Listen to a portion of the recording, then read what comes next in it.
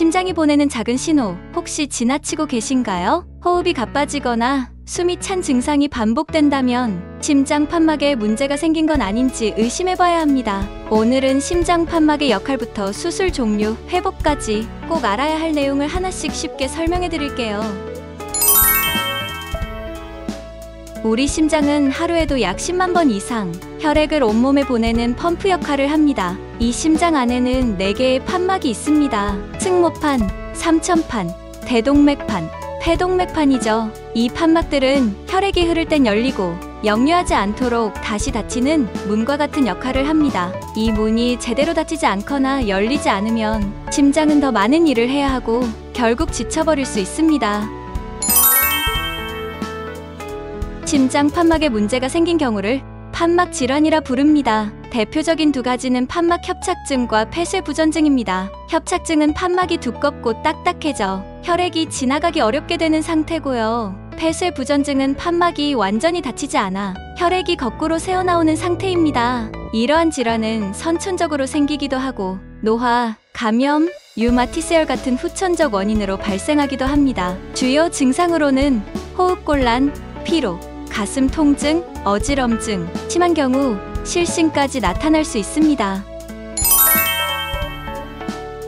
그렇다면 모든 환자가 수술을 받아야 할까요? 그건 아닙니다. 경미한 경우에는 약물 치료와 정기 검사로도 관리할 수 있어요.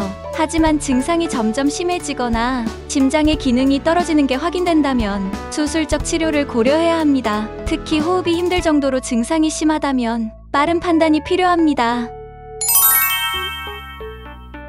심장 판막을 치료하는 방법에는 크게 3가지가 있습니다. 첫째, 판막 치환술입니다. 손상된 판막을 제거하고 기계 판막이나 조직 판막으로 바꾸는 방식이죠. 기계 판막은 수명이 길지만 평생 약을 복용해야 합니다. 조직 판막은 자연스러운 대신 10년에서 15년 후엔 교체가 필요할 수 있어요. 둘째, 판막 성형술입니다. 기존의 판막을 살려서 형태를 복원하는 방법입니다. 특히 승모판 질환에 자주 사용됩니다. 셋째는 TAVI 또는 TAVR 시술입니다. 고령이거나 전신 마취가 어려운 환자에게 적합하고 대퇴동맥을 통해 판막을 삽입함으로 흉부를 절개하지 않아 회복이 빠릅니다.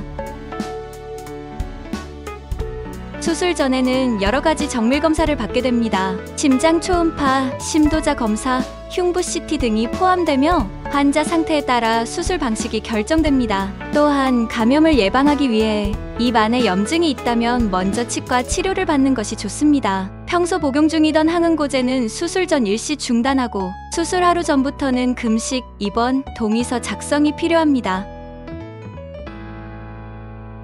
수술 후에는 보통 1주에서 2주 정도 입원이 필요합니다. 그동안 의료진의 지시에 따라 산소치료, 호흡운동, 가벼운 걸음 연습 등을 하게 됩니다. 퇴원 후에는 심장재활을 통해 심장 기능을 서서히 회복하게 됩니다. 기계 판막을 삽입한 경우엔 항응고제를 꾸준히 복용하며 혈액 검사로 INR 수치를 관리해야 합니다. 또한 감염 예방을 위해 치과 치료 시 반드시 의사와 상의하고 항생제를 미리 복용해야 합니다. 실제 사례를 하나 소개해드릴게요. 68세 여성 환자분은 대동맥판 협착증으로 심한 호흡곤란을 호소하셨습니다. TAVI 시술을 받으신 후 단 3일 만에 걷기 시작했고 3주 만에 일상생활로 복귀하셨습니다. 자주 묻는 질문도 정리해드릴게요. 첫째, 수술하면 평생 약을 먹어야 하나요? 기계 판막의 경우 항응고제를 평생 복용해야 합니다. 둘째, 운동은 언제부터 가능한가요? 일반적으로 6주에서 8주 후 가벼운 유산소 운동부터 시작할 수 있습니다. 심장 판막 수술은 더 이상 두려운 수술이 아닙니다. 정확한 진단과 꾸준한 관리만 있다면 완전한 회복이 가능합니다. 지금 영상을 보고 계신 여러분도 혹은 가족 중 수술을 앞두신 분이 계시다면 너무 걱정 마세요.